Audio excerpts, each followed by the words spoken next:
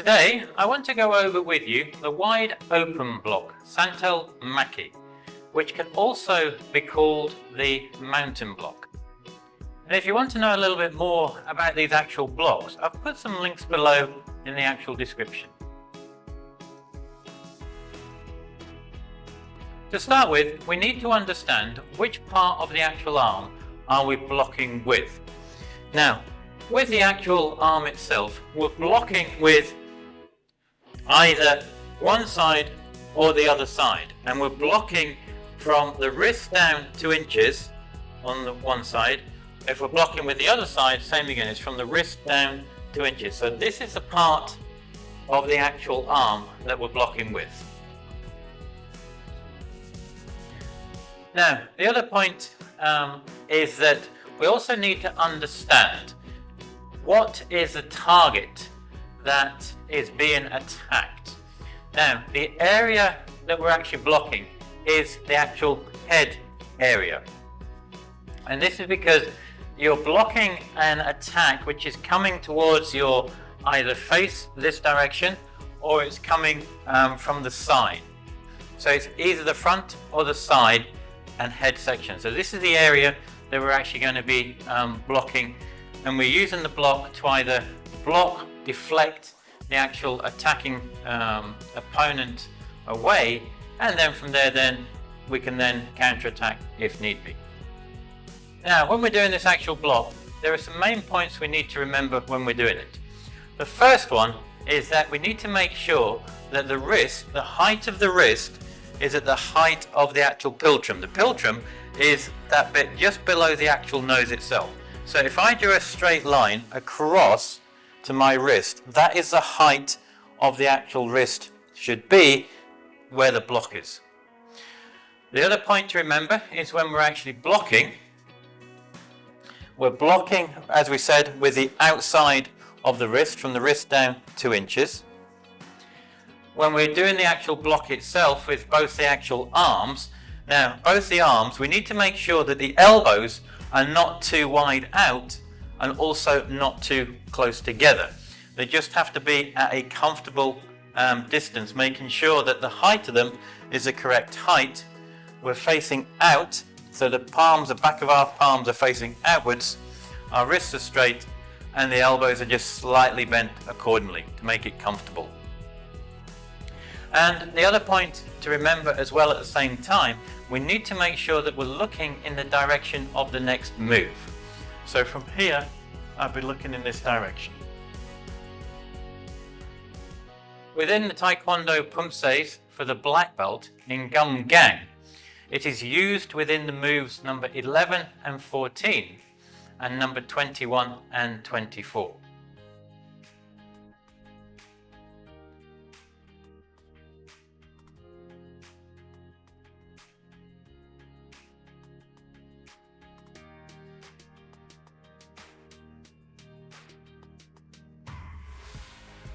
Now, let's go and actually learn the actual block. To start with, we need to actually break down this technique into several sections. The first part will be the actual movement of the arms. The second part is then where we then add in the actual stance itself. From there then we add in the kia, and then finally we do the technique going up and down the actual room itself. So to start with, we need to start in the chumbi position. From here, what we're going to do, we're going to raise my left hand up to the center, and then when we take the right hand up behind us at this L-shaped angle for the actual, what will be the actual block itself. So that's the actual beginning point of the actual move itself. And we need to make sure that the actual blocking hand here is not parallel to us, it's actually behind us, like so. And from there then, all we're going to be doing is we're going to just be twisting and coming back through to end up in the position of the actual block itself. And again, so we take the left hand up and the right hand up. And as I said, making sure the right hand is actually behind us. So from here, if we're looking at the side position, from here it comes behind us. So it's not level with the shoulder, it's actually behind us like so. With my other hand in the center, as you can see. And again, up. And then from here, all we're going to be doing at the moment is we're bringing in the right hand. As it comes in, it twists inwards. It twists inwards like so. And as we're bringing the right hand in, the left hand is coming back. And the left hand is coming back and twisting to the outside. So when we actually finish the move, what we want to make sure is that where our philtrum is, just below the nose, the wrists are on this same line. We don't have them too far out, the elbows, or too close. It's just a comfortable position. And we've actually blocked. So on the right side, we're coming in and blocking on the inside. And on the opposite side, we're blocking with the outside. And again, so from here, we take the hands up. We then bring the right hand in and twists in. And then we take the left hand and it twists out like so. And again, one, we go 1, 2. And all you're wanting to do at the moment is get comfortable with the actual twisting of the wrist inwards and the twisting of the wrist outwards. Once you've done that, then we can actually speed it up together a little bit, because what we want to end up with is at the end, we want to make sure at the end of the actual move, the twisting of the inward arm finishes at the same time of the twisting of the outer arm. So 1, 2. Now what we're trying to do at the moment, as I said, we get used to the movement of the actual arms. And once you're comfortable with that, remember you've got two sides. You've got the right side and then you've got the left side. So that's the movement of the actual arms itself. Now, the next part is then where we add in the actual stance itself. Now, with this stance, it's Jukam Sogi, the horse stance, or riding stance. And that's what the stance is within the actual Poomsae itself. Because what we're going to be doing is we're blocking something which is coming straight towards us, or it could be coming from the side. So, from here, what we want to do to start with, we just want to get comfortable with the actual horse stance. Now, with the horse stance, a horse stance, when we step, it just steps into the horse stance. The slight difference with this actual technique is we end up in the horse stance, as you can see, like so. But what we need to make sure is that with the right foot, so if we're blocking to the right, with the right leg that we're stepping up, we're utilizing that foot as an attack, and we're attacking the lower section of that opponent. So from here, what I'll do, I'll come up, and as you see, my right foot comes up, because when I put it down, I'm actually attacking the shin of the opponent to actually break that actual foot. So it's coming up, and it comes down, and it comes down and stamps on that person's leg. Because if you think about it, that opponent is coming towards us here, is attacking us with something coming in the face section. So as I'm blocking the attack, I'm also trying to attack and hurt his leg down here, like so. So I'm attacking here. So the first thing we need to do is, from here, we start in a chumbi position. We take our arms back. As we take my arms back, my right leg comes up, like so. So I'm twisting my body back, and as I come through, my body twists back through.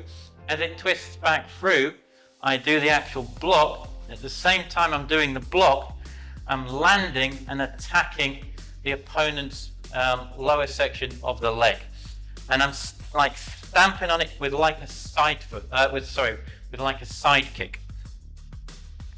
So from here, up, as I come up, my foot comes up, and as I twist, my whole body is twisting round. As it twists round, my hip comes round, I land on the opponent with my foot. At the same time, I'm landing with the actual block. I'm blocking on the inside. I'm blocking on the outside, like so. And again, we wind up. So we're winding up. I'm twisting myself back to get that twist. And then I come through, I stamp, and I block at the same time. Now, the other thing always to remember is when you actually finish the actual move, always just check the actual stance itself. Making sure in the horse stance, white distance, sitting down, knees in, and same again with the actual block itself.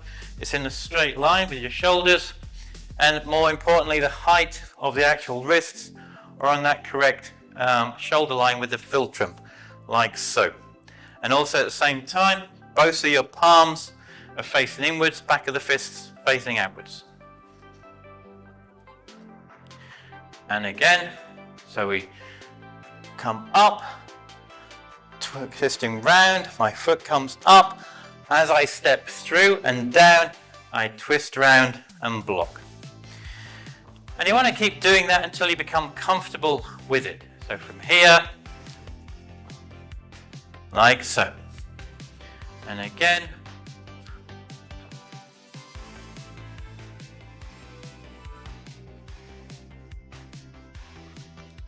so you've now become comfortable with the actual movement of the actual hands and the stepping of the actual stance itself. Now, the other thing which is really important that you always need to add in is the actual kia, because it's a kia that gives you that chi, which comes from here. It gives you that extra strength and power to really make that block strong and devastating. So we'll try that now. So from here, we do the same again, but with a kia.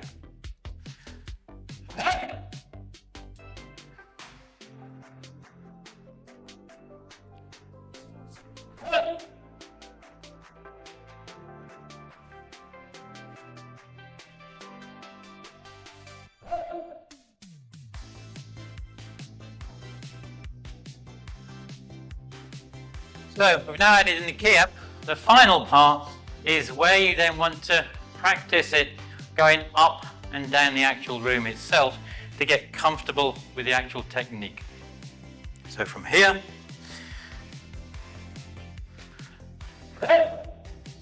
now remember when you're doing it, when you're going up and down, you're always looking in the direction of the next move. So I'm always looking in that direction.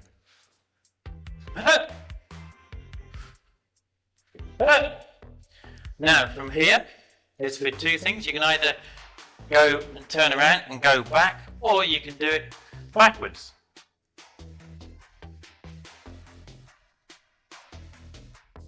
And